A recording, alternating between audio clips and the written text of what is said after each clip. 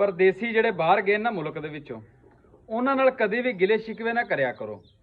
ਉਹਨਾਂ ਨੂੰ ਇਹ ਨਾ ਆਖਿਆ ਕਰੋ ਕਿ ਤੂੰ ਪਹਿਲੇ ਵਰਗਾ ਨਹੀਂ ਰਿਹਾ, ਤੂੰ ਬਦਲ ਗਿਆ, ਮੈਂ ਤੂੰ ਸਾਨੂੰ ਫੋਨ ਨਹੀਂ ਕਰਦਾ, ਤੂੰ ਸਾਨੂੰ ਟਾਈਮ ਨਹੀਂ ਦਿੰਦਾ।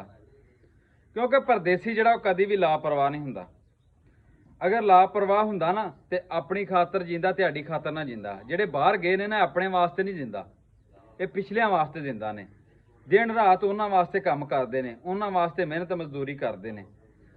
आप ही सोना तो आप ही उठना, रात की पई रोटी लैके सवेरे काम ते टुर जाना ते शाम नूं आण के जिवें दी लभी उवें दी खा के सौ जाना। ते उन्हां नाल गिले शिकवे ना करया करो। उन्हां नूं तुहाडे कोल सिर्फ दुआवां दी लोड़ है ते प्यार दी लोड़ हुंदी है। बाकी इस दौर च इस टाइम ते सब तो ज़्यादा लोग इंटरस्ट पैसे नाल करते हैं ते उन्हां नूं तुहाडे पैसे की लोड़ नहीं हुंदी, बल्कि वो तो बाहरों कमा के तुहाडे वास्ते अपने मुल्क वास्ते भेजते हैं। साडा ते मुल्क 70-75 साल तक इत्थों तक लैके आए हैं ते परदेसी लैके आए हैं।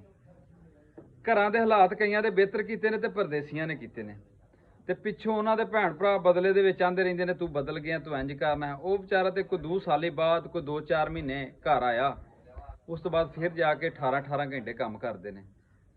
सिर्फ उन्होंने प्यार तुहाडे दी लोड़ है। जो आउण उन्होंने प्यार दिया करो तो इज्जत दिया करो बेताशा, तो उन्होंने पिछे दुआवां करया करो। उन्होंने तुहाडीआं दुआवां दी बड़ी सख्त लोड़ है। बड़ी औखी परदेस जे, नहीं तो जाके वेख लो।